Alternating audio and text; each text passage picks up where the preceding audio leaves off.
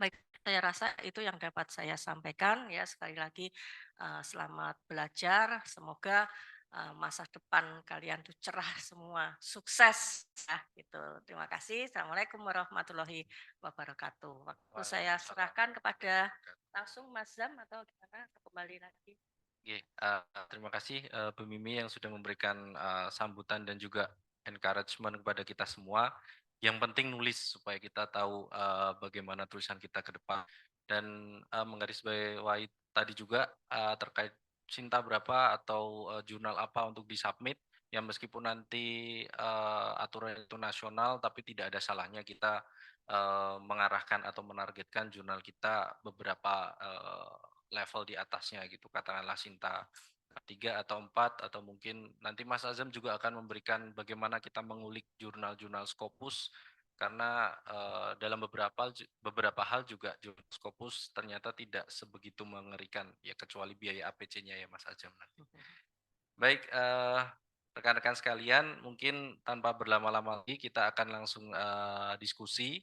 Nanti, silakan bagi yang teman-teman untuk, bertanya kepada Mas Azam, saya kira langsung saja bisa langsung, diskusi interaktif ya Mas Azam nanti. Mas Azam ini sangat getol juga dengan, tulisan berbasis korpus.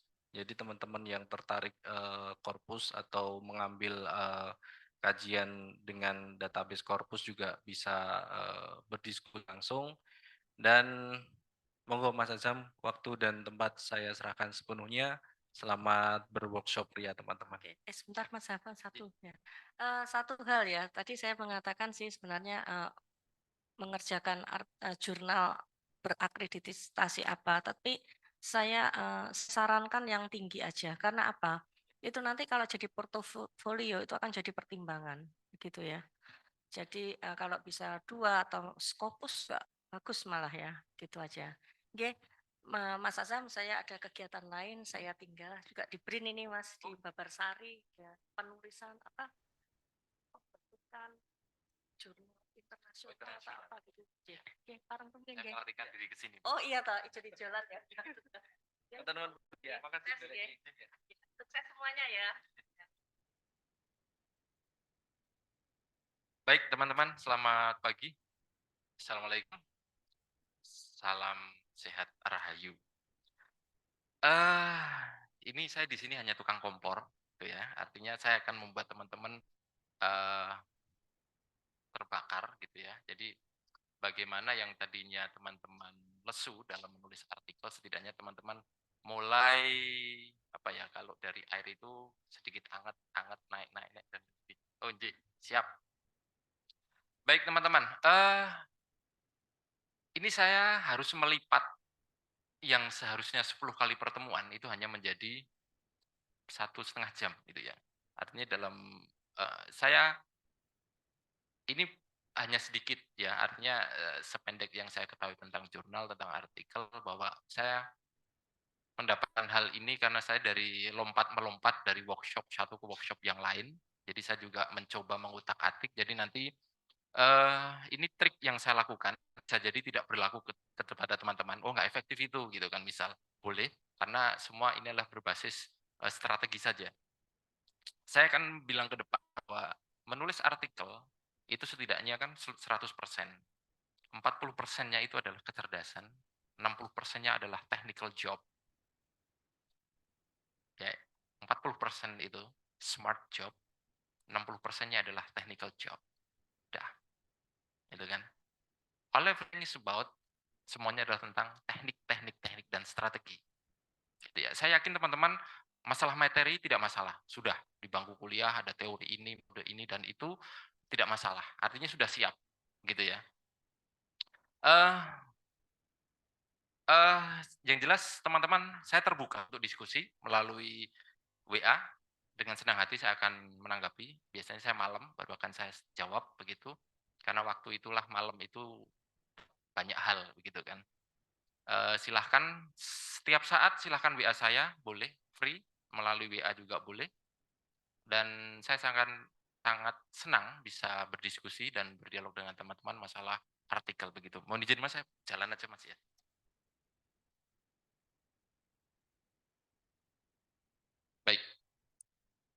Saya harus melipat yang harusnya 10 kali pertemuan menjadi 1,5 jam. Saya akan cepat ya, nanti kita diskusi saja. Artinya, monggo Mbak, langsung aja. Nah, ini agenda mengefektifkan komunikasi hasil riset. Teman-teman yang punya materi, hasil kuliah, tugas-tugas, keep, dan langsung format, judul, abstrak, introduction, bla bla bla bla. Langsung dibegitukan. Ya, itu strategi. Saya dulu S2, setiap kali tugas, selalu saya format langsung menjadi format artikel. Lumayan, terus kan begitu. Ya, ya sok-sokan aja waktu itu gitu kan. Disuruhnya esai, saya bikin esai ilmiah kan begitu, sama-sama esai. Saya kasih abstrak bagiannya. Artinya teman-teman, tugas apapun bentuknya, yang tadinya hanya esai atau apa, langsung diubah saja dalam bentuk format artikel. Itu strategi awal. Nah, teknik lagi ini ya, langsung aja. Kemudian nanti ada optimalisasi Microsoft Office dan perangkat digital. Gitu. Seberapa sering teman-teman udah ngutak-atik Microsoft Word nih, gitu kan. Itu gampang banget. Ternyata kita tidak harus berpindah Windows, berpindah jendela. Kita fokus di Microsoft Word, kita sudah selesai di situ. Gitu ya. Kemudian ada pencarian referensi dan jurnal terindeks global, termasuk Cinta, kemudian yang terakhir strategi submit, begitu kan. Saya mau berangkat dari awal, mengefektifkan komunikasi hasil riset. Saya akan masuk kepada teman-teman berkaitan dengan tugas saja. Tugas-tugas kuliah, gitu ya. Itu menjadi bahan, artinya dalam satu semester teman-teman mendapat mata kuliah berapa? 6. 7. Udah 7 calon artikel. Hah? Tuh, apa lagi? Sudah 7 calon artikel. Sudah 7 kan? Tuh, masa nggak punya ide? Punya ide 7 loh ya, dalam satu semester. Oke ya? Nah, ide udah ada nih. Materi kita udah punya 7. Di awal semester kita sudah punya, oh semester besok aku sekian program, oh artikel harus setidaknya submit. Setidaknya. Sudah kita lega dulu, submit. Urusan reviewer ditolak kan gitu.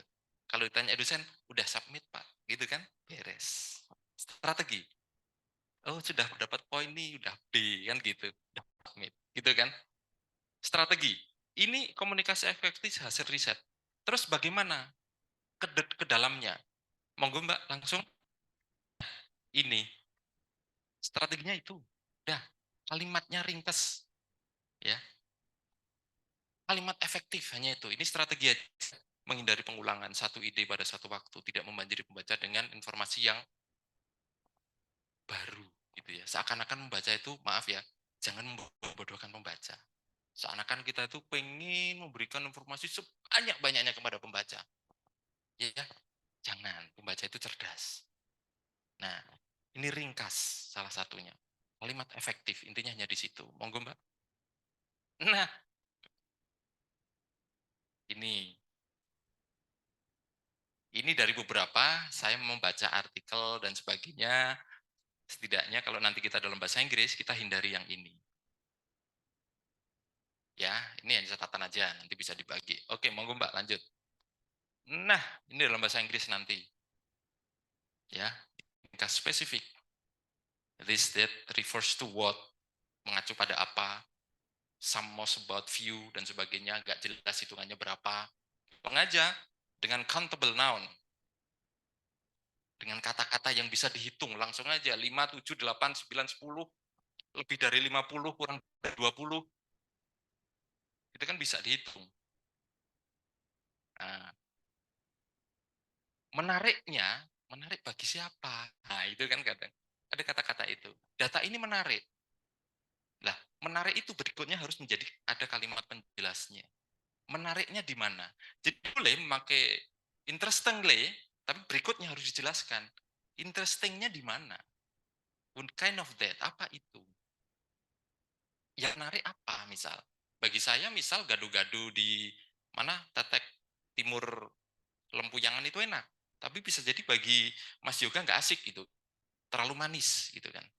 Nah, itu enak itu relatif kan. Maka itu dihindari. Monggo Mbak lanjut. Logis dalam kalimat ada koherensi antar kalimat, antar paragraf. Itu kalau ini biasanya dalam kelas menulis memang begini.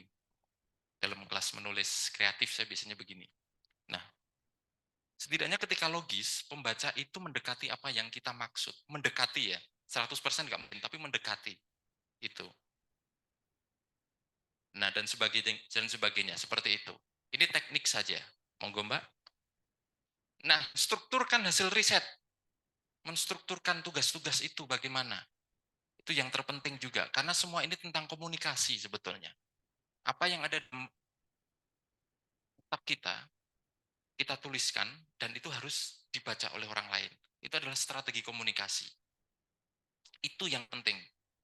Lanjut, Mbak. Nah, hal pertama, identifikasi pembaca, fokusnya kemana, struktur naratif. Itu yang saya jauh, itu menjadi titik poin saya ketika menulis. Saya memakai konsep seperti kita menulis cerita pendek. Maka all about art. Seni menulis. Seni bercerita. Ya, menulis tidak beda seperti menulis fiksi, cuma datanya kita kan, data kita data fakta, gitu kan, ilmiah di situ. Fiksi sama strateginya. Bahwa reviewer itu akan suka dengan gaya-gaya kita naratif, tapi bermain data. Bedanya di situ. Sebetulnya sama, menulis fiksi itu juga dengan data. Tetapi bagaimana kalau di fiksi, itu kan bagaimana kita memakai simbol-simbol tertentu, memakai majas-majas tertentu. Tapi kalau di sini kita straightforward, langsung. Monggo Mbak. Oke. Nah, tidak beda dengan introduction, ada konflik, resolusi. Sama. Sama. Dalam menulis artikel ilmiah begitu. Awal introduction, tengah ada masalah, terakhir simpulannya apa. Begitu. Introduction latar belakang, konfliknya. What is the gap? Dan gitu, masalahnya apa? Dan kita menyelesaikan masalah itu dengan apa? Metodologi. Terus ketika kita menemukan masalah, cara menyelesaikan masalahnya bagaimana? Itu di discussion, di funding and discussion. Terakhir adalah resolusi. Resolusinya apa? Conclusion, simpulan. Hanya itu. Itu ya. Tapi caranya kita bercerita saja. Teman-teman dari sastra, linguistik? Dari yang lain ada? Sejarah, itu lebih menarik lagi, Mas. Sejarah itu ya. Oke, sekarang misalnya materinya. Ada teman-teman di sastra. Mungkin isu tentang oksidentalism. Gitu kan. Apa itu misal? Naratologi misal. Itu bagaimana? Datanya apa? Banyak sekali. Ya, isu-isu. Kita belum masuk ke dalam isu ya. Kita baru teknik saja. Masuk ke teknik saja ini. Monggo Mbak lanjut. Nah, seperti yang saya sampaikan tadi di sini. Ada introduksi. Misalnya, nanti saya bagi aja. Slide-nya saya bagi aja. Teman-teman fokus aja. Nanti kita akan praktik ya. Kita akan buka nanti teman-teman buka laptop. Kita coba nyari search sebentar. Bagaimana kita memainkan kemampuan kita untuk merambah. Gitu ya. Fokus saja. Dah. Introduction. Misalnya masalah teman-teman di mata sosiologi misal, di mata kuliah sosiologi misal, sosiologi sastra, Prinus misal. Di sana ada Deleuze, misal. Kemudian ada Zizek, ya kan? Ada Zizek. Kemudian ada teori-teori Jameson, kemudian Galton dan sebagainya. Dan dia membawa perspektif yang beragam tentang bagaimana melihat karya sastra. Misal, Zizek dengan momentum kekosongan, dengan tindakan radikalnya, kan gitu kan. Bagaimana bedanya Zizek dengan Deleuze misalnya? Itu menarik, perspektif yang kemudian bisa kita jual. Dan teman-teman semua, sebuah teori besar itu gak usah semua dipakai, satu saja. Misal, momentum kekosongan. Udah, itu Zizek misal. Kita melihat tokoh, subjek akhirnya kan begitu. Subjek dalam hal apa? Dalam karya apa? Sudah, introduction-nya masalah subjek. perkenalannya subjek. Kan gitu, perkenalannya. Masalahnya apa? Dalam subjek di karya sastra ini, seperti ini, seperti ini. Saya selalu ingat dengan yang disampaikan Bu Wening, Prof. Wening, untuk melihat masalah itu adalah apa?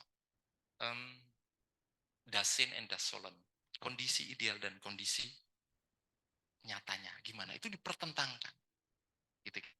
Nah, ini introduksi sudah mulai. Nah, sudah mulai permasalahannya ketemu, misal kondisi ideal. Subjek itu menurut si ini itu begini idealnya, tapi kenyataannya dalam novel kok subjeknya begini. Nah, itu kan masalah. Karena ada gap. Kondisi ideal begini, kan gitu. Faktanya dalam teks naskah seperti ini. Ini masalah. So, bagaimana? Kita cari metodologinya akhirnya, kan begitu. Pendekatannya. Kan gitu. Nah, itu nanti di metodologi. Nah, kemudian temuannya bagaimana? Finding-nya, oh di teks itu subjeknya begini. A, B, C, D, E. Itu finding ya. Baru finding. Jadi temuannya. Baru didiskusikan. Subjek ini ditarik dalam diskusi, itu direlasikan dengan subjektivitas kita berpikir, direlasikan dengan teori perspektif. Itu diskusinya di situ. Itu ya, jadi di artikel itu begitu. Finding itu yang kita temukan. Di teks subjeknya itu begini, gini. A, si B, si B, gini. Baru kita diskusikan temuan itu berdasarkan perspektif dan analogi kita. Gitu. Akhirnya nanti simpulannya apa? Ternyata subjek yang begini menurut perspektif ini seperti ini. Artinya ketika misalnya suatu subjek dikatakan mengalami dianggap sebagai subjek radikal, dia harus melewati yang namanya momentum kekosongan misalnya. Ternyata si ini itu lama-lama setelah melewati momentum kekosongan, maka dia tidak menjadi subjek radikal lagi, tetapi menjadi misalnya homo sacer kan gitu. Dan dia melakukan itu bukan sebagai sesuatu yang otentik, tapi sudah berulang-ulang dan selalu dalam bentuk kesadaran. Misalnya begitu ya, maaf saya kemana-mana, gitu ya. Itu tentang Zizek misalnya. Ini resolusi, simpulannya bagaimana? Misal kalau dalam karya sastra, mungkin dalam artikel akan ada satu lagi yang namanya mungkin dampak, impact. Tapi kalau dalam artikel-artikel dari sastra sangat jarang ada bagian yang mengatakan impact-nya kan gitu. Biasanya sampai di situ selesai. Begitu teman-teman. Ini di sini dulu, baru pada tataran awal ide. Monggo Mbak lanjut. Ini berikutnya. Apa yang ingin diceritakan sudah, kemudian bisa oke. Ini strateginya sudah masuk ke teknis. Ya, itu tadi yang tentang materi. Di sini judul efektif, kata kunci yang baik, abstraknya memesona dan promosi. Setidaknya. Judul efektif monggo Mbak langsung. Nah, ini hanya teknik lagi. Boleh setuju, boleh tidak. Jadi penting nyatakan hal yang menjadi sertakan kata kunci kurang dari 12 kata. Hindari pertanyaannya dulu. Keminter. Kalau saya pakai istilah Jawa ya, keminter. Apa ya? Kalau dalam mami ya Allah, teman saya.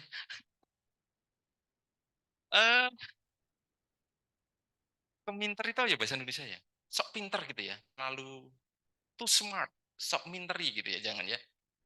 Jadi misalnya nanti ada bla bla bla titik dua, itu ribet dalam sebuah judul.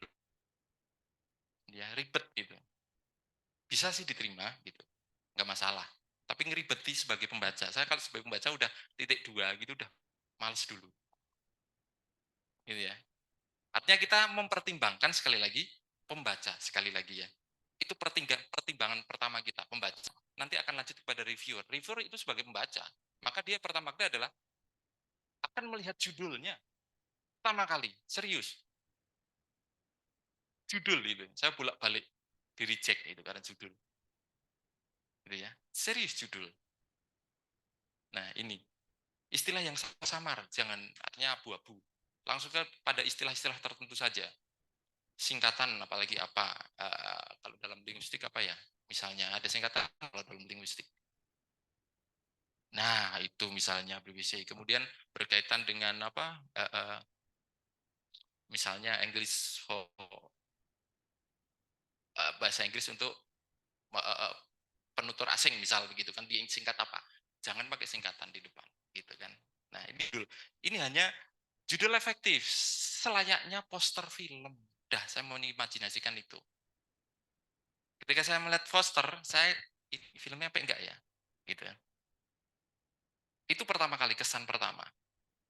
Baru nanti kalau posternya menarik, saya masuk ke nonton cari trailernya. Yaitu apa? Abstrak. Ya. Judul itu adalah poster, abstrak itu adalah trailernya. Sudah. Kalau judul yang menarik, saya nggak akan nonton trailer. Udah. Abstraknya nggak saya baca. Gitu ya. Artinya itu tadi, Mas Mbak. Kata kunci itu kita masukkan ke dalam judul. Itu nanti ada aspek yang di belakang, nanti akan saya bilang. Ada SEO, Search Engine Optimization. Itu akan mempermudah artikel kita itu dicari orang dan ditemukan orang. Gitu. Kalau kita masukkan kata kunci ke dalam judul, itu salah satu strategi supaya citasi kita nanti itu banyak. Gaya loh kalau citasi sudah itu gaya banget. Gitu ya. Rasanya gimana gitu ya? Ada yang oh tulisanku disitasi sana. Itu seneng banget. Bener-bener seneng. Nah, itu ya teman-teman, ini strategi saja. Kemudian monggo Mbak lanjut setelah judul efektif. Nah, ini pola. Saya coba merumuskan ini. Judul itu.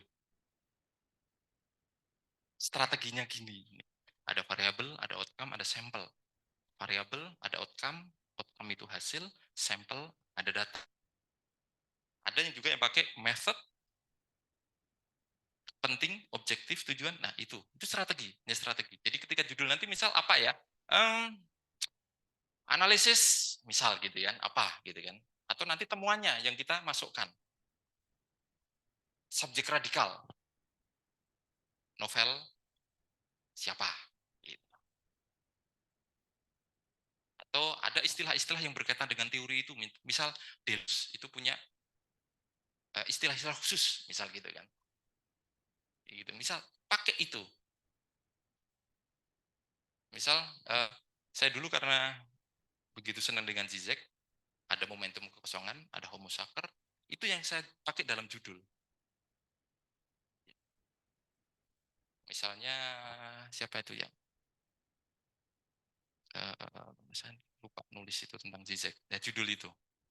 Nah, ini pola ini coba saya formulasikan dari berbagai artikel-artikel yang saya baca. Bisa jadi teman-teman punya strategi yang lain, gitu ya. Tapi setidaknya dari beberapa artikel yang saya baca ternyata memang polanya seperti ini.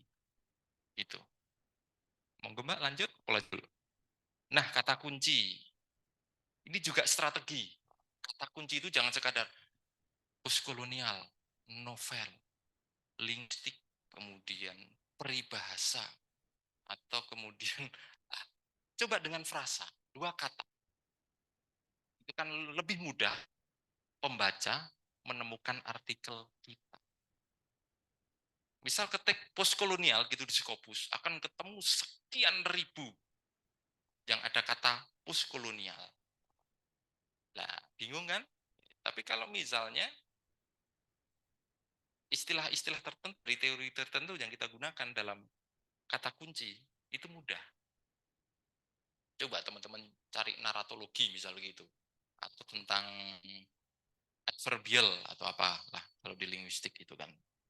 Atau tentang apa ya, kalau peribahasa apa itu bahasa Inggrisnya. Misalnya gitu ya, cari aja banyak banget, nggak spesifik. Nah, ini salah satu strategi lagi bahwa bagaimana pembaca itu bisa menemukan tulis kita. Itu tujuannya. Itu ya. Jadi semua hal ini, teknis-teknis ini adalah bagaimana meningkatkan artikel kita itu memiliki visibilitas yang tinggi. Gitu. Misalnya apalagi melihat dalam jurnal tulisan kita kan yang view itu misalnya 2000 sekian gitu. Seneng banget itu. Seumpama Bitcoin itu seneng banget kan gitu. Nah, ini strategi lagi. Gunakan frasa 2 sampai 3 kata. Kata tunggal cenderung menghasilkan kerancuan. Itu ya. Itu. Lanjut, Mbak. Nah, saya coba merumuskan lagi. Silahkan. Gampang banget. Gaya abstrak itu ya suka kayak gini, abstrak. Topik dan masalah, satu kalimat. Simple present. Dah. Tujuan, satu kalimat, simple present. Metodologi, 3 sampai 4 kalimat. Pola kalimatnya adalah simple past. Temuan, satu kalimat, simple present. Simpulan, satu kalimat, simple present. Dampak atau manfaat, satu simple present. Oke, ini kalimat pokok ya yang saya maksud itu. Tinggal nanti teman-teman membuat kalimat-kalimat penjelasnya berdasarkan itu. Kalau itu sudah kebentuk, bismillah insya Allah, mudah abstrak. Gitu ya. Nah, saya bilang tadi, serupa thriller. Jadi teman-teman punya masalah apa? Latar belakangnya. Satu kalimat aja. Jadi nggak ada kata sulit untuk membuat abstrak. Nah, saya tadi bilang ke Mas, suatu saat, next gitu ya, nanti pelatihannya adalah sudah membawa bekal, teman-teman. Ini kan berapa kali pertemuan, tapi sudah membawa bekal. Targetnya adalah, tidaknya terbentuk satu artikel dalam sekian kali pertemuan. Begitu. Menarik loh teman-teman, asik nulis artikel tuh. Serius. Karena nanti kita akan asik, asiknya adalah pada kerja-kerja teknis. Kita mencari referensi, kita mensitasi, kita kemudian, nanti strategi sitasinya ada beda lagi. Strategi mengutip. Wis, toh nggak kesel. Gitu kan. Teknis banget. Strategi mensitasi gimana? Strategi nanti mengutip bagaimana? Ada sendiri. Itu butuh pertemuan. Satu kali pertemuan untuk bisa itu setidaknya. Strategi-strategi itu. Bagaimana kita memanfaatkan Mendeley, Zotero. Gitu ya. Nah, ini salah satu strategi lagi. Monggo, Mbak, langsung. Mohon maaf, saya memberanikan ini. Dah. Latar belakang, sekian kalimat. Ini kalimat-kalimat pokok. Nah, nanti filenya untuk teman-teman semua. Udah, nggak usah. Ini ya. Yang past tense itu hanya di metodologi. Dah. Teman-teman masih bingung nanti menerjemahkan? Masih sulit nggak? Sulit? Oke. Santai. Nanti saya kasih tahu. Yang tidak bisa bahasa Inggris atau bahasa Inggris pasif, tenang saja. Ya, nggak usah panik. Bahasa Inggrisku nggak jelas dan sebagainya, gitu kan? Tenang saja. Ini ya, masuk dulu. Ini, what is known? Apa yang diketahui? Bagaimana tentang misalnya kalau dalam apa ya? Misalnya peribahasa di linguistik misalnya, peribahasa. Peribahasa itu kayak apa di Nusantara? Gitu ya. Nah, itu bisa. What is known? Peribahasa, kekayaan peribahasa di Indonesia. Kemudian, apa yang tidak diketahui misalnya? Ada perbedaan nggak peribahasa di Jawa, di Pulau Sumatera, Pulau Kalimantan? Gitu kan. Bagaimana peribahasa tentang padi? Sama nggak misal di Jawa? Kalau di Pulau Kalimantan, ada nggak istilahnya butiran padi itu dinamakan apa? Atau beras? Butiran beras dinamakan apa? Kalau di Pulau Kalimantan sana. Kalau di Jawa ada istilah menir. Menir itu yang mentah. Kalau nasi yang sudah, terus ada gempilannya, itu upo. Itu teman-teman yang linguistik itu nggak akan kekurangan materi. Banyak banget.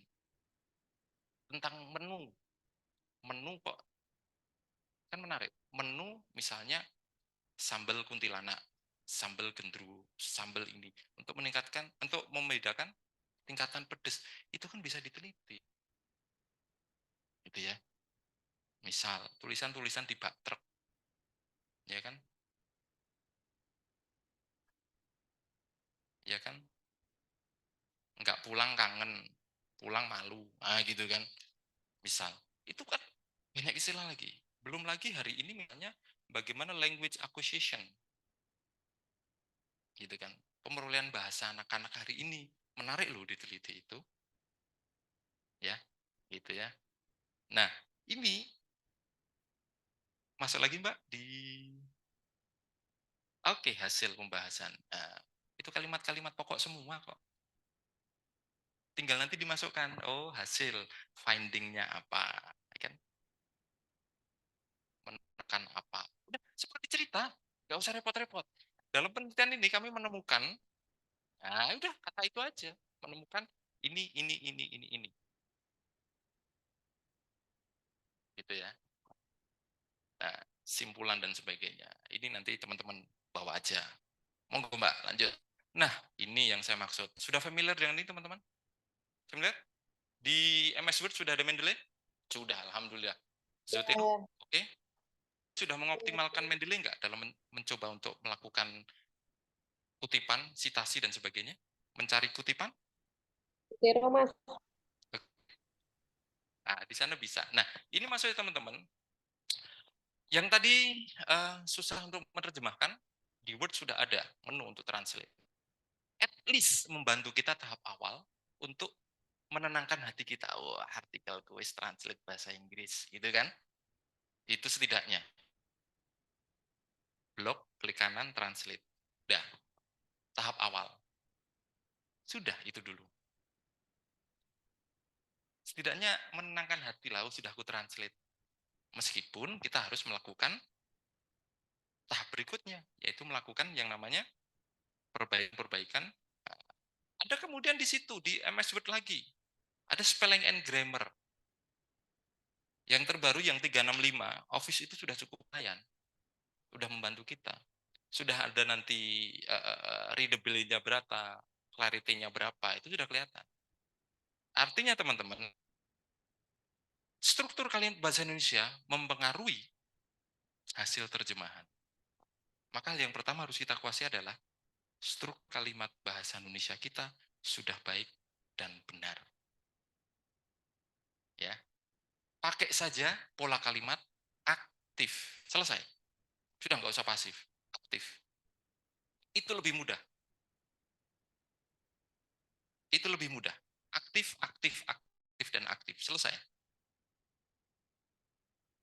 Sesekali perlu kita pakai pasif, tapi untuk kebutuhan tertentu.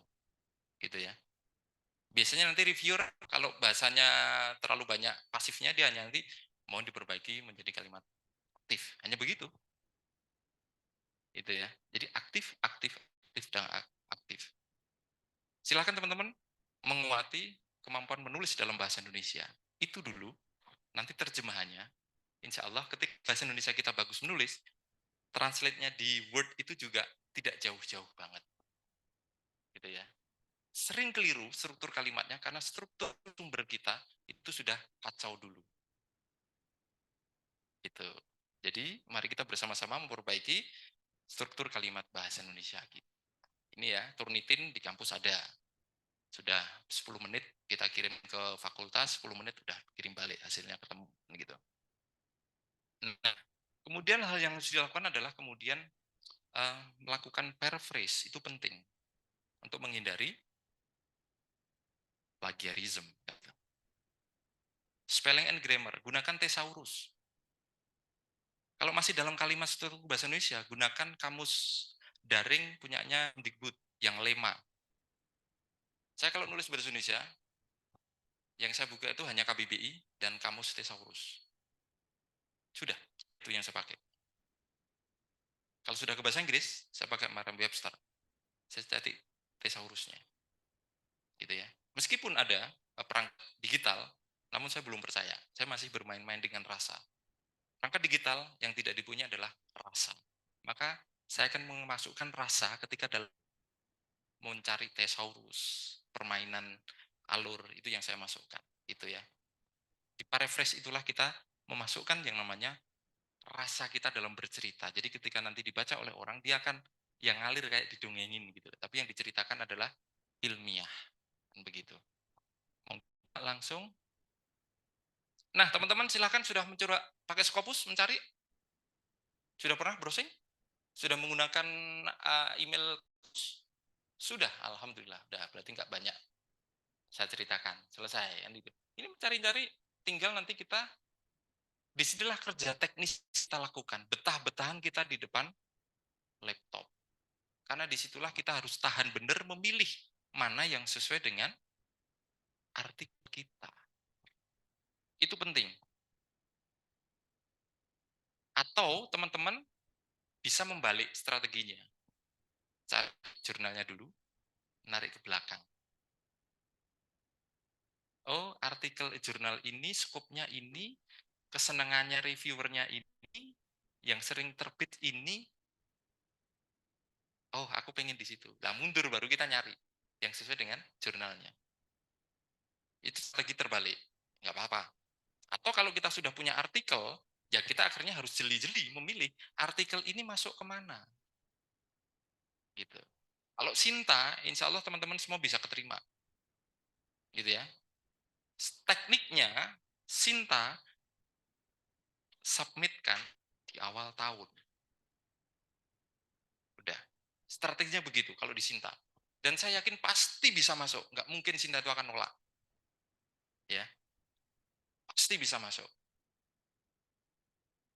Silakan teman-teman masukkan di WSD Sanata Dharma, JOL, yang Journal of Language and Literature, di sana, masukkan di sana, itu Sinta 2, di Bali Bahasa itu Widya Parwa, di Bali itu ada Aksara, di Sulawesi itu ada Sawari Gading, kemudian ada Kandai. Oke, silakan berbondong-bondong ke sana. Saya review di sana, silakan masukkan. Ya, silakan masukkan. Saya bantu. Yang penting artikelnya masuk duluan, kan gitu. Skopnya yang menarik-menarik gitu. Kecil-kecil aja, nggak usah ribet-ribet. Satu cerpen bisa jadi ya. Oh, jangan bahkan harus novel ya. Mumet nanti. Yang sederhana saja. Gitu. Dan satu hal lagi teman-teman, bahwa teman-teman kalau ingin menembus global, jangan berpikir bahwa artikel sastra atau artikel linguistik hanya masuk di jurnal sastra dan linguistik. Jangan. Kita harus interdisiplin. Ya. Kemarin saya dan tim tulisannya sastra, tapi masuknya ke jurnal kelautan. Ngomong apa? Hanya bercerita, cerita pendek dari tahun sekian sampai sekian. Seberapa banyak sih cerpen itu ngomongin laut? Udah, masuk jurnal kelautan. Ya kan? Bukan jurnal sastra. Artinya teman-teman harus berani mencoba untuk menembus batas. Itu ya. Ada teman saya yang kemudian dia meneliti tentang, kalau di Jawa ada Pranoto Mongso, tahu? Membaca musim, tapi dihubungkan dengan perbintangan. Masuknya bukan di jurnal sastra, tapi di jurnal astronomi. Ngomongnya adalah babat Jawa yang ngomongkan tentang Pranoto Mongso. Menarik kan? Gubion, tembus batas, tembus batas. Tembus batas. Gitu. Jangan hanya ngomong masalah sastra politik, sastra, aduh, yang jauh, harus nembus. NASA itu sudah memprediksi bahwa suatu saat bumi itu akan kehabisan energi, maka akan kembali kepada teknologi manual. Yang diambil adalah teknologi Nusantara. Bagaimana membaca bintang, bagaimana membaca angin untuk pesawat. Teman-teman yang sastra Jawa senang banget sekarang. Karena apa? Di Nusantara banyak sekali yang bercerita tentang teknologi-teknologi manual. Kelautan, saudara-saudara kita, baju, dan sebagainya. Punya teknologi dia manual. Itu bisa kita tulis, gitu kan. Yang linguistik, apalagi banyak banget. Gitu ya. Kalau nanti tawarannya dalam menulis artikel itu ada dua. Tawarannya adalah temuan. Atau yang kedua, metodologi. Coba cek tulisannya Prof. Mening. Prof. Mening itu menulis tentang penulis perempuan. Tetapi metodenya memakai GIS, Geographic Information System. Itu metodologi. Bagaimana kemudian melihat persebaran penulis perempuan yang dulu pernah di Jogja, sekarang ada di mana? Bentuk temuannya nanti adalah peta penulis. Oh, penulis perempuan itu sekarang nyebarnya di sini, di sini, di sini. Itu GIS, Geographic Information System. Kolaborasinya adalah dengan teman-teman geografi. Gitu ya. Nah, dalam menulis artikel, teman, kolaborasilah. Serius. Kolaborasi itu penting. Saya ajak sekarang, ya. Setelah keluar dari ruangan ini nanti, teman-teman buat kolaborasi ini, silahkan kontak dengan saya, mari kita membuat kolaborasi untuk menulis artikel. Kan gitu. Dengan senang hati menemani teman-teman, mendampingi, berkonsultasi, konsultasi kayak siapa aja, nggak bukan konsultasi. Kita belajar bersama, mencari celah dan strategi bagaimana kita menerbitkan artikel. Kita targetnya Scopus dong, sombong dikit, gitu, nggak apa-apa. Nggak usah mikir APC, kan. Serius. Jurnal terindeks Scopus banyak juga yang free. Jurnal kelautan yang kami tembus bersama tim itu free, Q2. Ada yang free. Jadi percayalah, jurnal Scopus itu tidak selamanya berbayar tinggi. Memang ada sih yang berbayar tinggi. Kenapa bisa nemu? Ya itu tadi, kuat-kuatan di depan komputer, browsing sana, browsing sini, melihat, sok kenal, sok dekat sama pengelolanya, kirim email, tanya, saya kepingin kirim ke sini, tak kontrok saya kan gitu kan, tanya duluan. Tapi nanti ada, oh, akhirnya saya punya list. Oh, ini yang di benua sana APC-nya hanya sekian. Oh, ini seandainya dia sendiri pun mampu bayar. Oh, ini harus. Nah, sampai segitunya kita makanya kerja-kerja teknis banget, teman-teman. Kalau mau saya Excel-nya itu untuk jurnal-jurnalnya. Berapa APC-nya saya punya, nanti saya bagi kalau mau. Tapi WA saya. Itu ya. Jadi ini bagian dari terindeks global ini. Ini kita harus masuk. Sekali lagi, antara setuju tidak setuju kita harus berada pada ruang global. Gitu kan. Kalau targetnya hanya Sinta, saya jamin gampang. Mesti keterima. Yakin ya. Semua itu berkaitan hanya strategi komunikasi. Kawan saya, itu tesis, itu hanya pakai satu cerpen. Cerpennya hanya 4 halaman. Lulus, hanya satu cerpen. Nah, itu loh maksud saya. Jadi menulis artikel itu tidak perlu dengan data yang begitu besar. Tinggal bagaimana kita mengolah sesuatu yang biasa menjadi luar biasa. Kan begitu. Kayu biasa kita ukir menjadi menarik. Yang tadinya hanya nemu kayu, bisa kita ukir menjadi setidaknya bernilai estetis. Itu artikel. Tidak beda. Menulisnya adalah dengan art, dengan seni menulis. Jangan dibayangkan, enggak ya, artikel itu, teman-teman kalau browsing selalu, saya menemukan itu kadang, ya Allah, ini artikel ini kok diterima I1 gitu loh. Ada seperti itu, sangat biasa. Sangat biasa. Tidak jarang yang diterima di Q1 itu, teman-teman yang saat ini di S1 bisa nulis. Serius, bisa. Gitu ya. Nah, monggo Mbak lanjut lagi, ini masih ini ya. Ini cari saja di sini. Kita sudah punya database, kita di store, ada Sage, ada Scopus gitu kan. Nah, monggo lanjut lagi Mbak. Hanya strategi saja. Ini kalau sudah masuk bisa di situ source, jurnalnya kita cari, art, language, linguistic. Gitu. Misal kemudian ada yang dari sastra Jawa, ada etnomedicine misal, ada babat-babat, bisa masuk dalam kesehatan. Sumbernya adalah babat.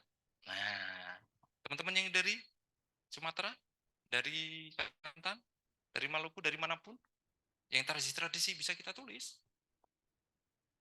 Itu ya, masalah ide. Nanti bisa cari di sini. Ini artikel, ini jurnal. Untuk mencari jurnal di sini. Ada art and humanities kan? Teman-teman nanti browsing saja. Saya yakin teman-teman sudah familiar, karena hari ini nggak mungkin nggak familiar dengan perambahan di dunia internet. Silahkan dicari coba. Gitu. Kemudian mencari ini kan kalau mencari artikel ya, kalau mencari jurnal, mencari artikel nanti di search yang sebelahnya sana. Gitu kan.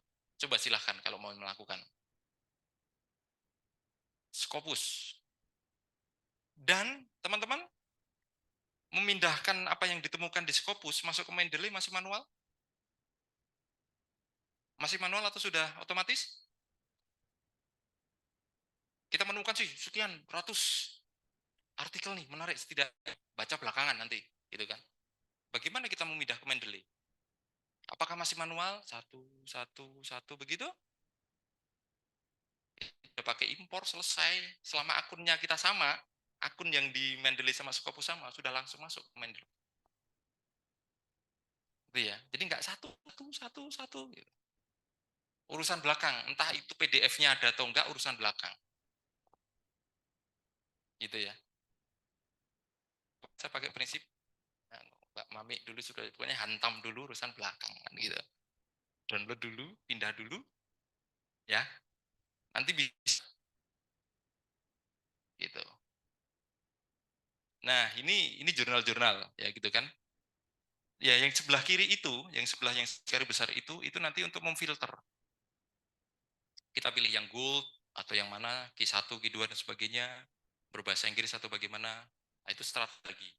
Bagaimana kita misalnya mencari, kita menggunakan tanda asterik, tanda kutip itu juga strategi lagi. Kita memakai kata misalnya occidentalism, pakai tanda petik.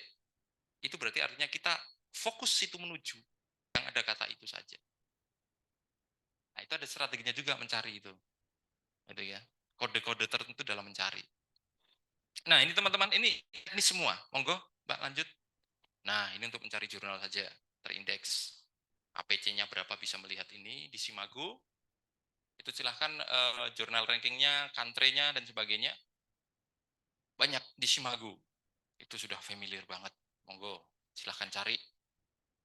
Lanjut. Sama, ini juga mencari artikel. Ini yang independen ya, jadi database independen. Monggo lanjut, Mbak. Ini strategi lagi. Ketika sudah menemukan ini, yang perlu kita pakai MNscope, artikel-artikel itu ada yang mirip dengan kita enggak sih? Gitu. Salah satunya hanya itu, kalau saya. Yang sudah terbit setidaknya 3 kali edisi gitu. Ada enggak sih yang mirip dengan saya, isu-isunya? Gitu misal. Setidaknya, oh kalau ada, coba gitu. Masukkanlah. Pokoknya masuk dulu, masalah di reject dan belakang. Kalau di reject, saya akan ngejar kenapa di reject. Tanya, kenapa saya ditolak? Alasan pemimpin itu menolak, itulah menjadi bahan revisi saya berikutnya, dan saya kirim ke artikel yang lain, ke jurnal lain. Itu. Ditolak, itu jangan berhenti. Tanya, kenapa saya ditolak? Ada ini di abstrak gini, kurang ini, asik, terima kasih. Udah, saya benerin, kirim ke artikel jurnal yang lain. Begitu. Jadi editor di sana itu sangat senang ketika ditolak dan kita bertanya, kenapa sih?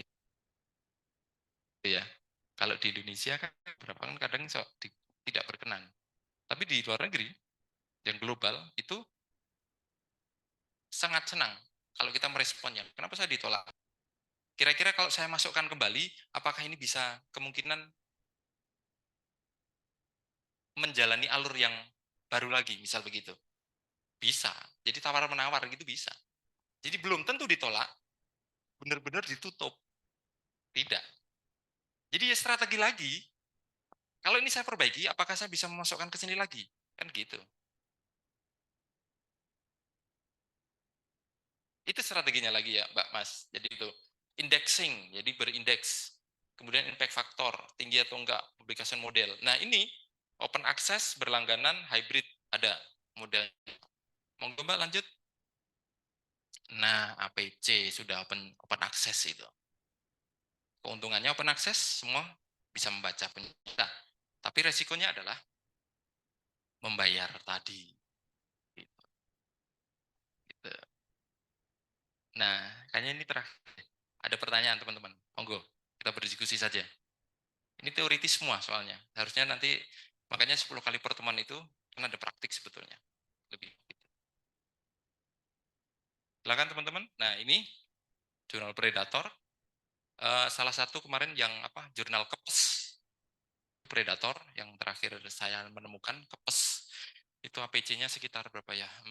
Kalau dirupiahkan sekitar 5 jutaan, 2,5 juta. Teman saya sudah ada yang kena di jurnal Kepes. Gitu. Lucu kan namanya Kepes Predator. Jadi memang jeli-jelian aja. Nanti kalau minta APC duluan ya udah nggak usah. Gitu aja gampang. Udah minta bayaran dulu, udah nggak jadi. Mending ditarik. Strateginya begitu. Jadi ya bejo-bejan bahasa Jawa ya, bejo-bejoan gitu ya. Jadi memang kita harus hati-hati kita mencari jurnal.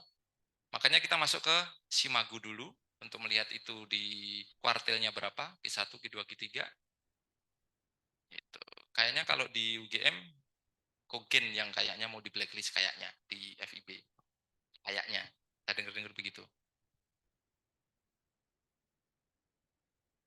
Kogen itu sekitar berapa ya? 30. APC-nya 38. Sekian. Jadi maksud saya teman-teman, bahwa dalam menulis artikel ini jangan takut untuk kolaborasi. Kolaborasi. Ya. Serius, kolaborasi itu mengentengkan.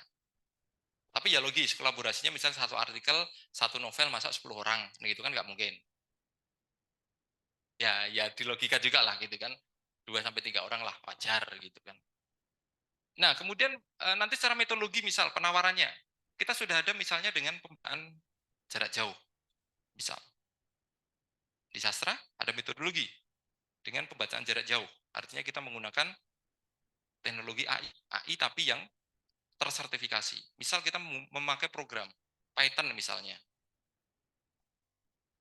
Nanti metodologinya adalah purposive sampling gitu kan. Purposive karena kita bisa mengarahkan algoritma itu sesuai kemauan kita. Misal yang menarik itu siapa? Leon yang dari Hamburg itu. Dia pakai Python. Purposifnya dia mencari kata tertentu yang ada dalam karya sastra. Temuannya adalah nanti dalam bentuk peta digital. Jadi ketika klik ini yang keluar, oh karya ini ngomong tentang ini gitu. Itu boleh, itu metodologi yang kita terapkan. Gitu ya. Jadi bahwa penelitian itu tidak melulu pada temuan, tapi juga ada yang kita tawarkan dalam konsep metodologi, gitu ya. Itu juga bisa. Ingat, itu ya. Ada yang kita tawarkan adalah temuan, kemudian metodologi yang kita tawarkan. Itu yang kemudian nanti akan menarik perhatian editor. Yang kita tawarkan apa? Gitu. Begitu? Ini lagi, Mbak. Oh, strategi masih ada. Lanjut. Nah, IMRAT. Introduction, methodology, result, and discussion. Hanya itu anatominya. Artikel sudah berbahasa Inggris, citasi dan referensi sudah mode otomatis, artikel sudah mengikuti gaya selingkung. Template gaya selingkung. Gitu ya. Jadi masuk saja di jurnal itu nanti ada author guideline untuk penulis. Sudah mencoba membuat akun di jurnal-jurnal tertentu, teman-teman? Sudah, oke. Berarti tinggal masuk aja artikelnya. Lanjut, apa ini? Nah, ada cover letter. Itu yang kita lupa kadang. Jadi surat pengantar hanya gitu istilahnya. Pak editor, saya mau ngirim judulnya ini, isinya ini, yang gitu isinya ini, metodologinya ini, nah sumbangsihnya kira-kira di sini. Mohon ya Pak editor, ini tulisan saya ditengok, nah misalnya gitu. Itu cover letter. Jadi bagaimana kita persuasif kepada editor. Jadi tidak hanya submit selesai, tapi ada kita pakai itu tadi surat pengantar, cover letter, kemudian nanti juga ada pernyataan bahwa ini benar tulisan kita original, belum pernah diterbitkan dimanapun atau disubmit begitu. Monggo Mbak. Nah ini bedanya. Saya coba gitu. Cover letternya hanya itu. Judul saya ini, gitu ya, persuasif kepada editor, Bu Editor, begitu. Ini yang kadang kita lupa, padahal ringkes sih. Ya meskipun nanti submit kita itu akan direspon iya, tapi setidaknya bahwa sebelum ngeklik file kita, dia sudah baca duluan. Oh, si ini toh. Oh ya, oke. Kira-kira oh reviewernya sedia. Jadi tinggal klik send ke reviewer kan gitu. Begitu. Lanjut.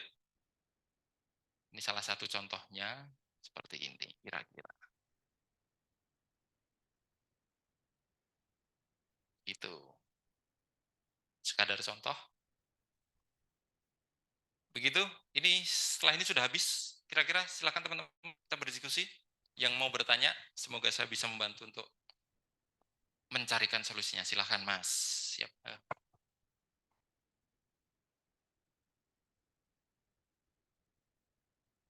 Baik, terima kasih Mas. Izin bertanya. Kadang-kadang kalau misalkan kita mengirim artikel di jurnal yang semula itu Sinta 3, kemudian turun ke Sinta 4 itu kan berefek juga kepada tulisan kita. Nah, apakah juga kita itu perlu ini untuk eh, kira-kira mengecek, oh ini jurnalnya nanti kira-kira 2 tahun, 3 tahun ke depan naik atau turun ya? Atau gimana begitu? Apakah perlu seperti itu, Mas? Memang menjadi keresahan ya. Tiba-tiba misal sekarang Suki 2, besok downgrade jadi Q3 gitu kan. Ya bisa jadi. Artinya kita melihat hanya jadi secara teknis. Jadi tidak terjadi lonjakan artikel yang diterbitkan. Misalnya 10, tiba-tiba jadi 20, tiba-tiba jadi 30, 33. Tapi tanpa diimbangi jumlah sitasi. Maka itu kita boleh khawatir. Gitu ya. Jadi tiba-tiba ada perubahan jumlah artikel yang terbit, tapi tidak diimbangi dengan jumlah sitasi terhadap artikel-artikel yang itu. Artinya sebetulnya kita tidak perlu khawatir itu, ya tidak perlu khawatir. Meskipun itu ada kemungkinan Mas, tapi tetap saja kirimkan saja, nggak usah mikir itu nanti downgrade atau enggak, gitu ya. Jadi jangan ragu, itu jangan dipikirkan. Nanti malah kita nggak jadi kirim lagi. Jangan-jangan nanti downgrade, udah aja. Begitu Mas ya. Jadi pokoknya kirim aja. Ya, monggo lagi. Ya, yang ada Mbak. Wow, banyak.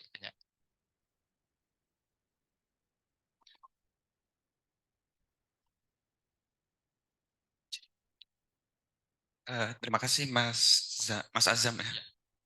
Ini Mas, saya mau bertanya berdasar dari pengalaman juga di beberapa jurnal Sinta ya di Indonesia juga salah satu syaratnya itu di syaratnya kalau tidak salah menggunakan terbitan setara 5 sampai 10 tahun terakhir ya Mas ya.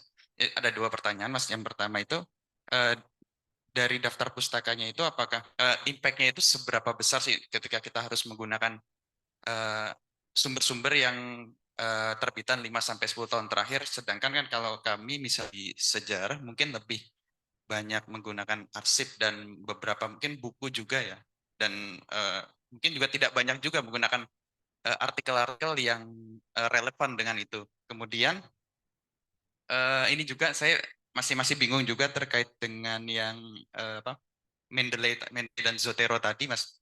Karena yang beberapa artikel yang sudah terbit, yang saya punya saya itu yang sudah terbit, memang saya tidak menggunakan Mendeley, menggunakan format Mendeley atau mungkin apa style itu, Mas. Karena masih saya gunakan manual itu, dan itu sebenarnya eh, untuk artikel saya sendiri itu fungsinya, fungsi dan impact-nya itu untuk artikel saya itu apa ya, Mas ya?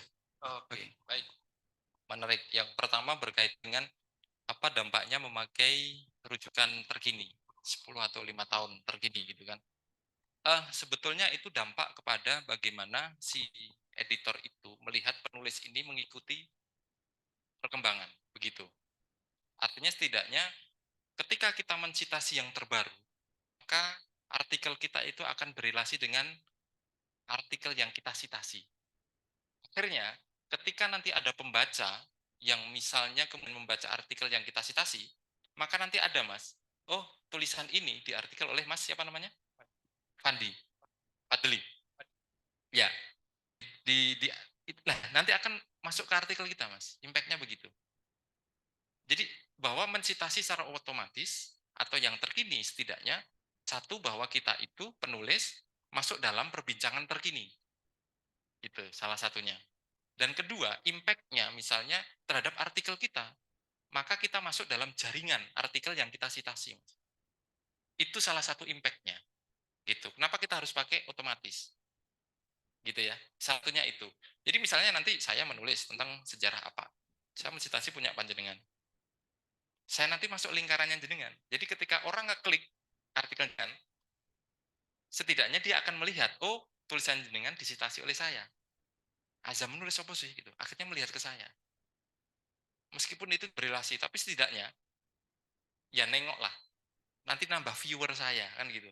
Setidaknya viewer artikel saya gitu kan. Terlepas mensitasi atau itu Mas. Jadi impact-nya adalah kepada visibilitas. Seberapa jauh artikel kita itu nanti akan dilihat oleh pembaca. Hanya itu. Gitu. Jadi kalau secara konten ya nanti editor yang akan melihat. Tapi impact kepada visibilitas kita. Akses kita dibaca oleh orang lain. Gitu Mas. Artinya tidak masalah kok. Nanti misalnya ketika dalam artikel kok tidak ada artikel terkini yang relevan misal dengan artikel kita. Ya enggak apa-apa. Artinya kan nanti pada literary review kita katakan, itu Mas kita omongkan. Kenapa kita nggak mensitasi yang terbaru? Kita ceritakan di bagian literary review atau di introduction-nya. Kan begitu Mas. Kita hanya cerita saja. Jadi sekali lagi kita ceritakan apapun dalam tulisan itu. Ketika kok saya tidak mensitasi style yang terbaru, kita ceritakan. Ternyata penelitian saya ini, bagian ini, tidak banyak yang saya temukan artikel yang berrelasi dengan punya saya. Sehingga akhirnya buku-buku yang itu diceritakan saja, Mas. Boleh. Enak banget tuh, Mas. Pokoknya nggak harus. Meskipun nanti di aturan author guideline, referensinya harus menggunakan misalnya 5 atau 10 tahun terkini kan gitu. Tapi kalau nggak ada memang diapain? Nah, kita ceritakan di literary review. Kan gitu. Mas ya? Oke, siap. Monggo, Mbak.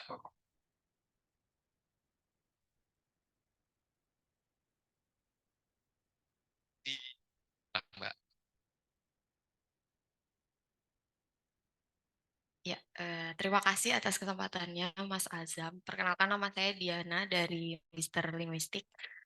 Saya ada 2 pertanyaan. Yang pertama mengenai kesimpulan dari artikel sendiri itu kadang kalau saya jadi masih yang sangat apa ya, belum ditarik ke ranah abstrak yang yang lebih berkaitan dengan riset-riset sebelumnya yang ada di artikel tersebut. Nah, sebetulnya tuh kesimpulan yang baik dalam suatu artikel tuh harus seperti apa dan strategi menulis kesimpulannya itu seperti apa. Dan yang kedua, saya pernah mau mencoba mencari author guideline di beberapa jurnal dan ada yang misal daftar pustakanya itu harus 30 sampai 35 artikel. Nah, strategi misal kita tuh merasa 15 artikel itu sudah cukup gitu dalam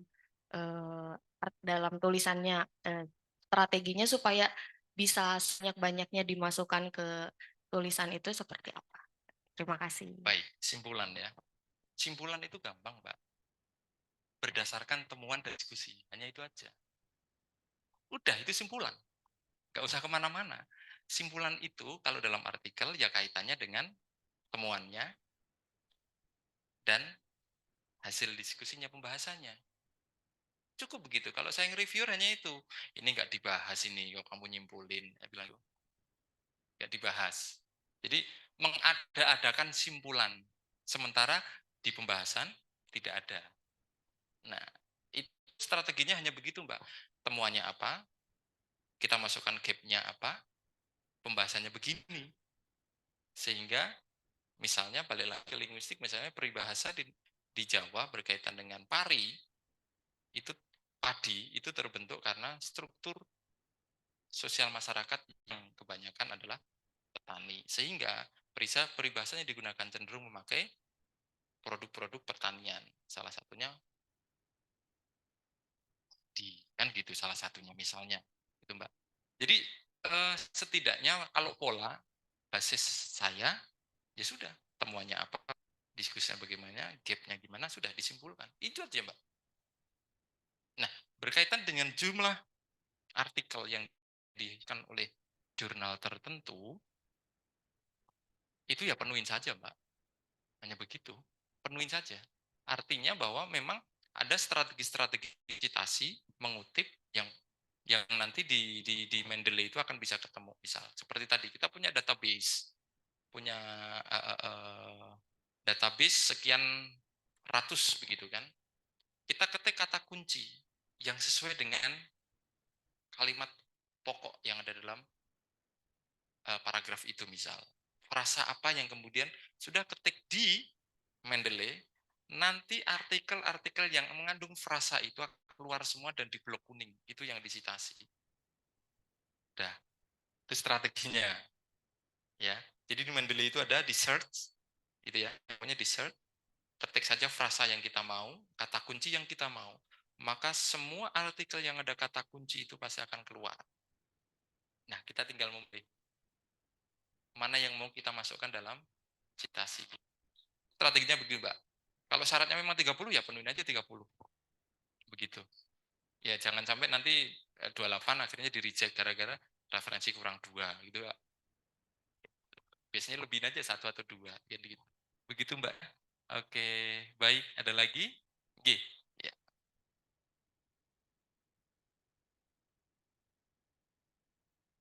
Selamat siang, Mas Azam. Perkenalkan, nama saya Nafila dari Kajian Budaya Timur Tengah. Di sini saya ingin bertanya terkait kuatnya referensi yang kita sitasi atau kita masukkan ke dalam artikel kita. Nah, misalkan permasalahan saya waktu itu ketika menulis, ada novel yang memang dia belum pernah diteliti sebelumnya karena memang sangat baru.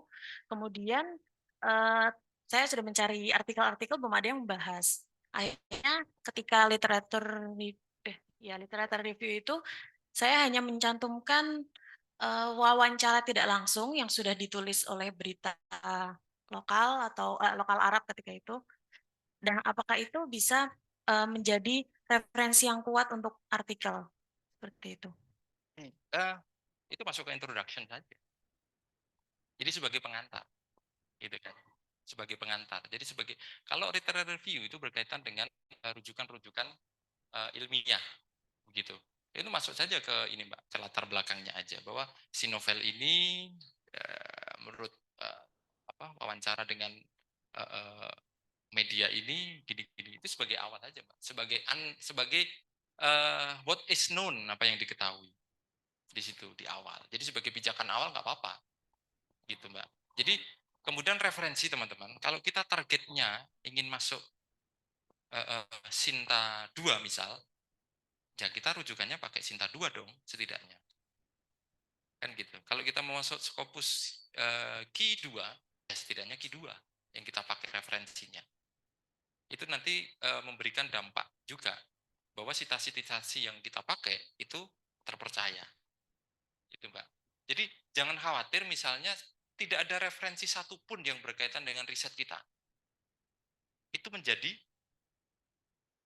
what is known, yang kenyataannya nggak ada ini riset punya saya kan gitu.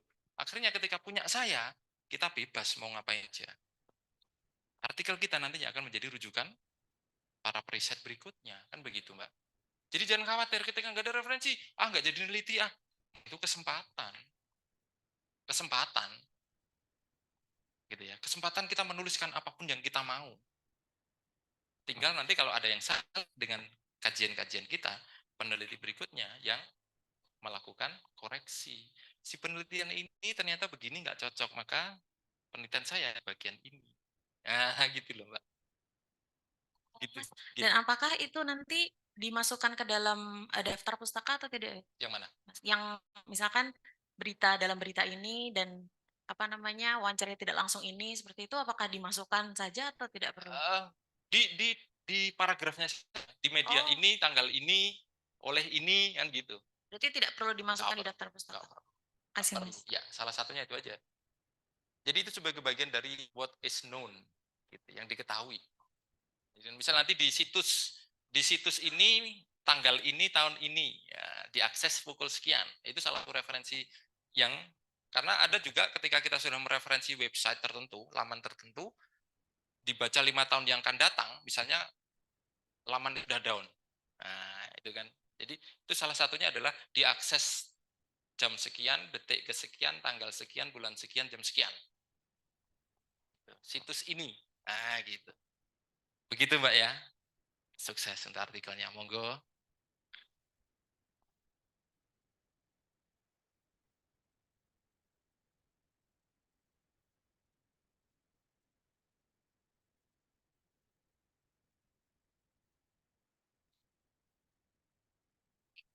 Selamat siang Mas Azam. Selamat siang, Mbak. Saya Yeni dari Ilmu-Ilmu Humaniora. Ya. Ini sebenarnya agak sedikit curhat, tapi Waduh.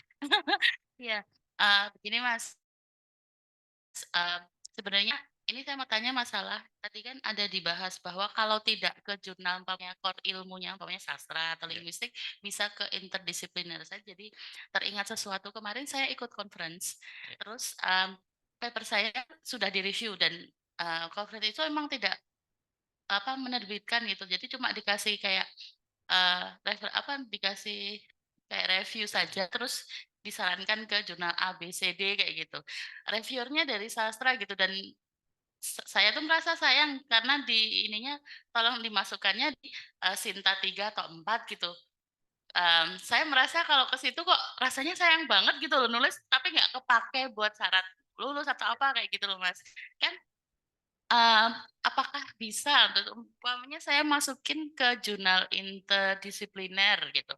Atau apakah nanti kalau di sastra tuh bagaimana cara saya untuk meningkatkan itu supaya kualitasnya lebih naik atau gimana Mas kalau saran dari Baik. Mas Azam? Terima kasih. Kan eman ya ke Sinta ya, gitu intinya. Ya artinya setidaknya gaya-gaya kita menulis itu mirip yang akan kita tuju ke key berapa. Itu salah satunya. Strategi saya menulis itu ada 3N. Niteni, niroke, nambahi. Kalau bahasa kerennya ATM, amati, tiru, modifikasi. Kalau Ki Hajar Dewantara 3N itu. Ya itu Mbak. Jadi kita mau masuk kemana? Udah amati dulu, tiru, modifikasi. Ya gitu aja Mbak. Enak aja sih entah skopus dong kan gitu kan. Artinya nanti strategi-strategi itu bisa kita gunakan Mbak. Jadi bahwa kita kalau mau masuk Q2 dan sebagainya, setidaknya minimal citasinya adalah artikel sesuai dengan key yang kita tuju. Kalau Q3 ya udahlah Q3. Atau kalau baik ya Q1 lah. Gitu kan. Gitu. Jadi tetap aja Mbak. Jadi nanti bisa diskusi lah kalau panjenengan nanti bisa ingin ke Scopus, nanti bisa kita berdiskusi. Nah, salah satunya dengan referensi dulu Mbak. Referensi itu yang kita pakai setidaknya sesuai dengan yang akan kita tuju, Q1 ya kita Q1, Q2 Q2. Begitu. Begitu. Kemudian nanti pada tataran how to tell the story, gitu kan. Bagaimana kita bercerita tentang tulisan kita, tentang riset kita itu. Itu yang mungkin perlu kita ubah, Mbak. Kita perlu pakai tidak bedanya kalau kita menulis fiksi, perlu ada strategi atau narasi-narasi dramatik, ya, tingkatan tangga-tangga nada dramatik, gitu kan.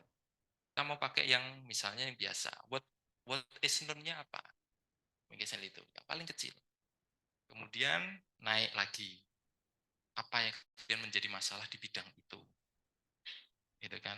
Sedikit Mbak, karena kita mau masuk ke ruang global, kita cantolkan isu global satu kalimat. Kemarin saya dan tim yang satu lagi masuk 3L, Q1, saya hanya memasukkan satu kalimat yang isinya perbandingan Indonesia dan Malaysia. Hanya itu Mbak. Itu strategi lagi. Jadi kita masuk pada isu global. Isu globalnya nggak usah satu paragraf, nggak 2 kalimat aja. Gitu Mbak, salah satunya. Misal kalau berkaitan dengan ruang produksi kultural sastra misal. Karena kita mau masukkan di Malaysia misal, kita sedikit ngomong sastra Malaysia dikit deh. 1 kalimat, 2 kalimat. Baru baru kita masuk ke sastra Indonesia. Itu strategi lagi, ya. Bolak-balik Scopus itu aja masalah strategi. Gitu. Sinta itu pun juga strategi lagi, gitu kan. Ketika kita mau masukkan Sinta, isunya nggak usah sampai global, sudah regional aja, kan gitu. Kecuali Timur Tengah, itu laku Mbak, udah. Scopus laku Mbak, isu-isu Timur Tengah itu. Nah, apalagi isunya apa Pak kalau panjenengan Mbak? Kebetulan itu penelitiannya tentang Japanese American, migrasi, Migrasi, sejarah. jurnal diaspora deh. Oh, ya. Berarti ya kemarin karena konferensinya kan memang tentang sastra gitu. Jadi yang diteliti dari karya sastra, tapi emang intinya mengenai itu migrasi. Ya, jurnal diaspora. Nah, itu berapa ya? Nanti coba saya bantu di jurnal diaspora. Saya pikir menarik Jepang, Amerika, gitu kan? Iya kan? Yang diteliti tentang pas Perang Dunia Kedua kan ada apa namanya Japanese internment yang itu masyarakat diaspora di sana. Itu. Keren tuh Mbak, yakin masuk Scopus itu. Tinggal bagaimana kita gitu aja. Masuk Mbak Scopus, jangan Sinta, Eman.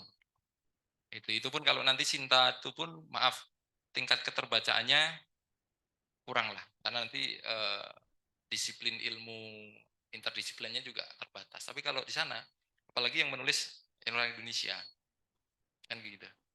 Nah itu juga nanti isu Jepang Amerika kan begitu Mbak. Menarik itu Mbak. Nanti kita diskusi Mbak, bisa kita obrolkan itu. Ada yang lain atau punya materi? Monggo Mbak. Nama saya Fitra, saya mau tanya Mas, Ye. apakah kalau kita mau masukkan jurnal yang dituju, kemudian kita itu perlu mensitasi yang banyak gitu dari jurnal itu, kalau di standar internasional untuk setidaknya mengambil hati editor, ataukah itu sebenarnya tidak berdampak apa-apa? Sebagian ada yang secara terang-terangan meminta, tolong dong citasi dari jurnal ini sekian, ada. Tapi juga sebetulnya itu strategi juga pengelolanya untuk menaikkan tingkat citasi jurnal itu sendiri. Begitu. Sebetulnya tidak berdampak kepada tulisan kita. Kita juga mencari-cari itu, Mbak. Ini jadi jurnal ini yang saya tuju kok, yang saya mau kok nggak ada. Itu masa kita mau mengada-adakan, misal. Nah, itu juga saya pikir dengan cover letter itu, Mbak, kita mau persuasifnya ke sana. Persuasifnya. Tapi bisalah. Itu strategi lagi. Mau mensitasi ya citasi aja. Selama itu tidak ada tuntutan dari pengelola jurnal untuk meminta, tolong dong citasi di jurnal ini sekian. Kalaupun mau, ya itu sekali lagi Mbak, bagian dari strategi lagi. Ya, tidak masalah, tidak masalah. Tidak masalah. Jadi sesuai keperluan saja Mbak. Kalau nggak ada, kenapa harus diadakan misal? Kan begitu, kalau citasi itu nggak ada misal. Atau kalau memang dimauin dan semoga saya diterima gitu pakai strategi itu ya boleh, kan gitu. Ya boleh, nggak ada larangan Mbak. Begitu. Jadi pokoknya mana suka lah untuk itu ya. Jadi mana suka. Kalau itu menjadi bagian strategi untuk bisa diterima, ya sudah citasi aja 1 atau 2 gitu cukup. Enggak Mbak Mami katanya. Yang satu ini sepertinya lebih ke privilege. Artinya begini, kalau kita tahu bahwa tulisan kita itu sudah dapat feedback, satu contoh ada 10 poin gitu ya. Kira-kira kalau tadi kan ada pilihan, sudahlah saya ambil feedbacknya, saya kirim ke jurnal lain. Atau balik lagi ke jurnal yang sama. Tetapi 10 gitu ya. 10 ini kira-kira yang doable atau yang memungkinkan, sampai sepertinya kalau dari target waktu mungkin bisa 5 atau apa. Atau udah daripada nanggung 10 kayaknya daripada banyak udah diambil aja feedback yang kira-kira apa ya, ada impact yang perubahan nggak terlalu signifikan dari desain kita, tulisan kita, baru kirimin keluar ke jurnal lain, atau ya sudah tadi balik lagi ke jurnal yang sama dengan menambahkan 10 feedback itu, merespon. Itu juga, Pak. Jadi feedback itu artinya ketika masih nih kekeh, aku pengen masuk di situ misalnya. Feedback itu bisa kita pakai bahan persuasif. Kalau ini saya perbaiki, saya ada kemungkinan nggak masuk ke situ lagi. Nah, itu persuasif lagi melalui surat menyurat pos L, kan gitu. Jadi itu selalu apa ya, istilahnya kayak engkel-engkelan lah, gitu ya. Artinya persuasif terus. Kalau ini saya perbaiki, jadi oh saya nggak menjamin ini. Masa sih nggak bisa? Nah, gitu. Saya kan sudah memperbaiki. Nah, gitu. Selalu gitu. Kalau memang kita ingin di jurnal itu. Tapi sekali lagi, kalau memang kita tidak ingin di jurnal itu, sementara misalnya feedback dari editor jurnal X yang kita masukin tadi, kok terlalu mengganggu riset kita, nggak dipakai ya nggak masalah. Kita mau masukkan apa adanya ke jurnal yang lain, ya nggak masalah. Begitu, Mbak. Jadi sebetulnya mana suka lagi, gitu kan. Ini riset-risetku kok, gitu misal. Kalau ternyata ya kalau perbaiki dan diterima, ya tak perbaiki. Kalau enggak, ya sudah, tak masukkan ke jurnal yang lain. Begitu. Akhirnya menarik artikel itu. Begitu, Mbak Mami. Jadi ya persuasif lagi. Kadang di behind the scene-nya itu, reject untuk mengirim ke yang lain itu masih, siapa ngerti diterima lagi, siapa ngerti mau lagi. Ya itu. Jadi selalu persuasif itu, Mbak Mami. Gitu, ya. Ya, ada lagi. Enggak. Inge, waduh, Mbak Ria. Ya, Mbak. Ya, terima kasih waktunya Mas Azam. Ilmunya sangat bermanfaat. Saya ingin menanyakan ini, Mas. Kalau tema tulisan saya ini kan isunya isu lokal.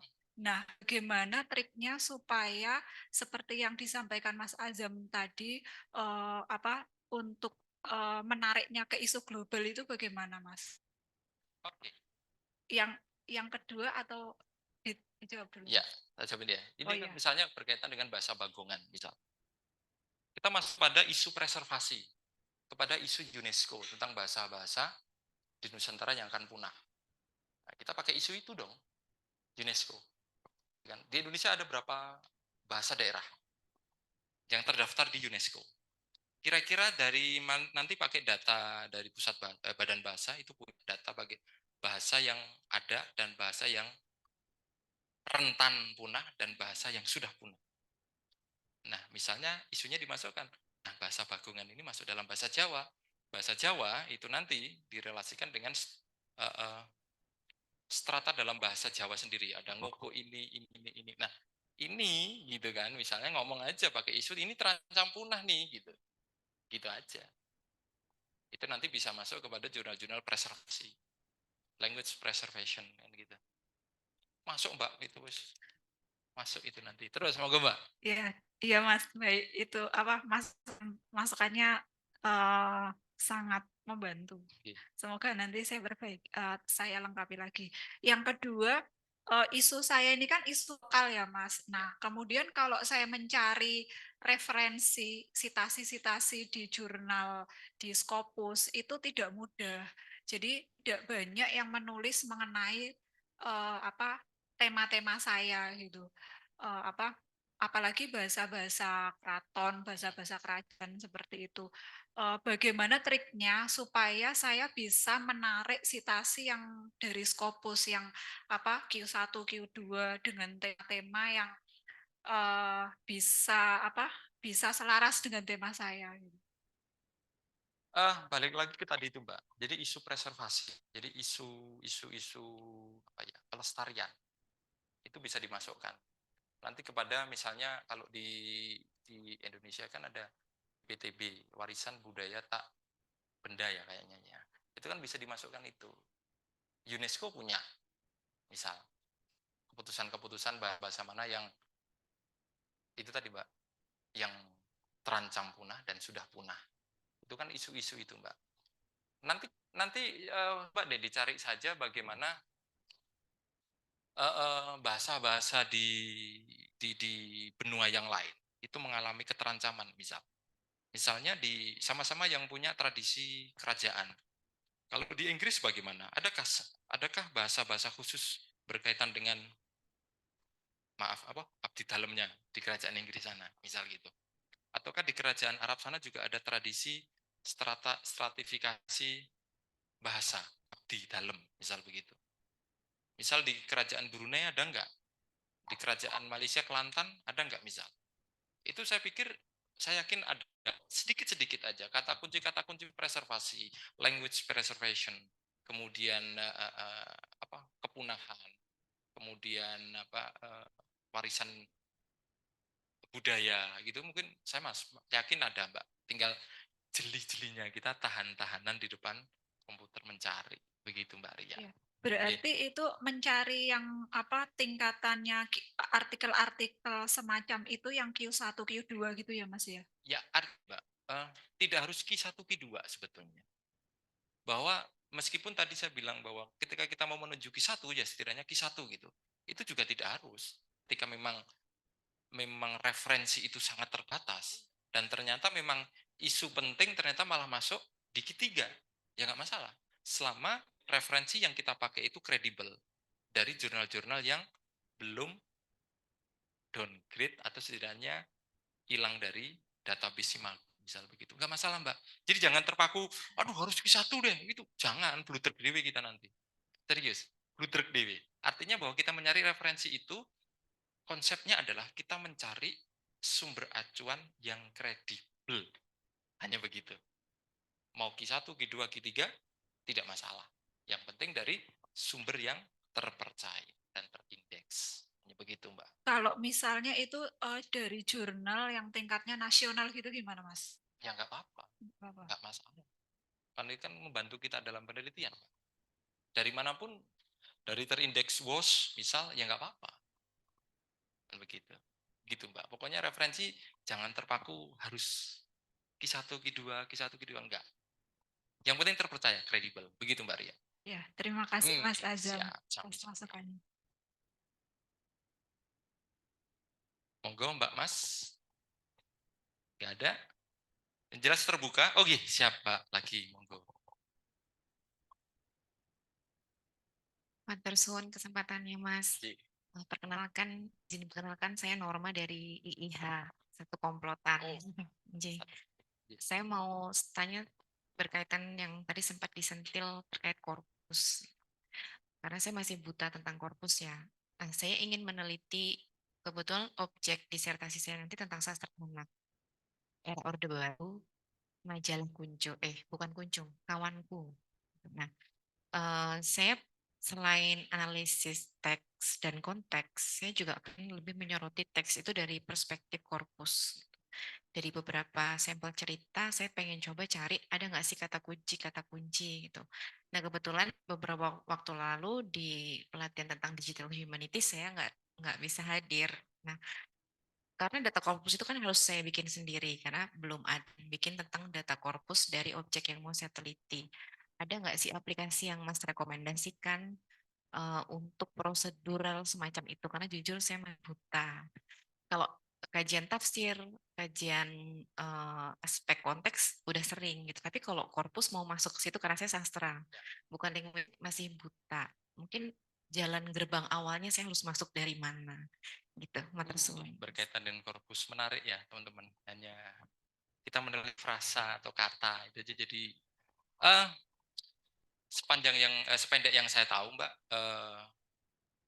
karena kita mungkin metodologinya purposive sampling pada akhirnya kan.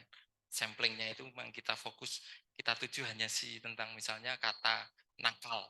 Itu kan purposive. Dalam cerita itu ada berapa ratus kata nakal, misal begitu.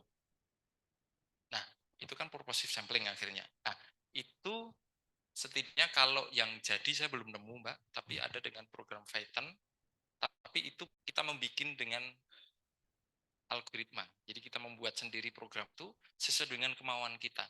Kita mau mencari korpus apa. Gitu. Misal kalau berkaitan dengan sastra, misal sebetulnya penulis Indonesia itu punya proyeksi kota itu mana saja sih gitu. Itu pakai penginderaan, bacaan jarak jauh dengan AI itu, dengan program Python itu ketemu. Dari cerpen tahun sekian sampai kesekian, ternyata kota-kota yang ditulis oleh penulis Indonesia, cerpenis Indonesia itu adalah kota-kota yang di Eropa. Itu Mbak, jadi dengan Python itu Mbak, ketemu. Jadi purposive. Ya, program Python. Tapi itu kita bikin Mbak. Tapi kata orang yang sudah ahli, 6 bulan itu sudah bisa membuat pemrograman itu. Itu. Sesuai dengan apa yang kita mau, apa yang kita cari. Itu. Dan nanti di program itu kita bisa membentuk sekalian Mbak visualnya misal.